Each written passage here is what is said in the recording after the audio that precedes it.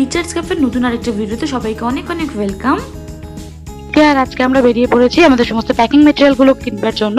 তো আমরা যাচ্ছিলাম হচ্ছে বড় বাজার, ঠিক বড় বাজার নয়, আমরা নতুন বাজার বলে একটা জায়গায় গেছিলাম শোভাবাজার সুতানুটি ক্রস করে।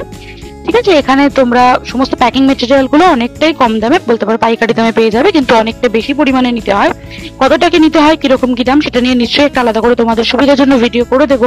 যারা নতুন ক্লাউড কিচেন খুলবে ভাবছো, তোমরা কিন্তু হাইপার পিও দিয়েও নিতে পারো, যারা কলকাতা থেকে একটু বেশি দূরে থাকো। আর যারা কলকাতার কাছে থাকো, তোমরা কিন্তু একবার নতুন বাজারে এসে সমস্ত জিনিস নিজে হাতে দেখে নিয়ে যেতে পারো। আমরা 2-3টে দোকান দেখে ট্যালি করে যেখানে সবচেয়ে কম বলে মনে হচ্ছিল সেখান থেকে সমস্ত প্যাকিং ম্যাটেরিয়াল গুলো নিয়ে নিয়েছিলাম। কিন্তু নিয়ে নেওয়ার পরে সবচেয়ে বড় চ্যালেঞ্জ ছিল যে এতগুলো ব্যাগ নিয়ে স্কুটির মধ্যে করে ফেরত যাওয়া। যদিও সেটা আমরা অনেক কষ্ট করে অ্যারেঞ্জ করেছিলাম এবং আমি আর শুভু মোটামুটি এক লরি মাল এক স্কুটিতে করে নিয়ে বাড়ি ফিরেছিলাম। তবে বাড়ি ফেরার পর কিন্তু মন একদম ভালো হয়ে গেছিল, কারণ আজকে আমাদের নতুন ফ্রিজ চলে এসেছিল। দেখো আমাদের কি অবস্থা, আমার তো 2 হাতে মানে একদম শুভর সামনে ভর্তি সমস্ত জিনিসপত্র। চলো আমাদের যে নতুন ফ্রিজটা চলে এসেছে তোমাদের সেটা ফাটাফাট করে দেখিয়ে দিই।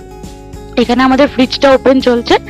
আমরা হায়ারের একটা ফ্রিজ নিয়েছি, একদম সিঙ্গেল ডোর। যতটা মিনিমাম খরচায় তোমরা ক্লাউড কিচেন ওপেন করতে পারো ততই ভালো। যাদের সমস্ত সেটআপ রয়েছে তাদের জন্য আরো সুবিধা, কিন্তু আমাদের ক্ষেত্রে আমাদের যে নিজের যে কিচেন সেটআপ রয়েছে সেখানে করা সম্ভব হয়নি, তাই আমরা আলাদা করে একটা কিচেন সেটআপ করে নিয়েছি।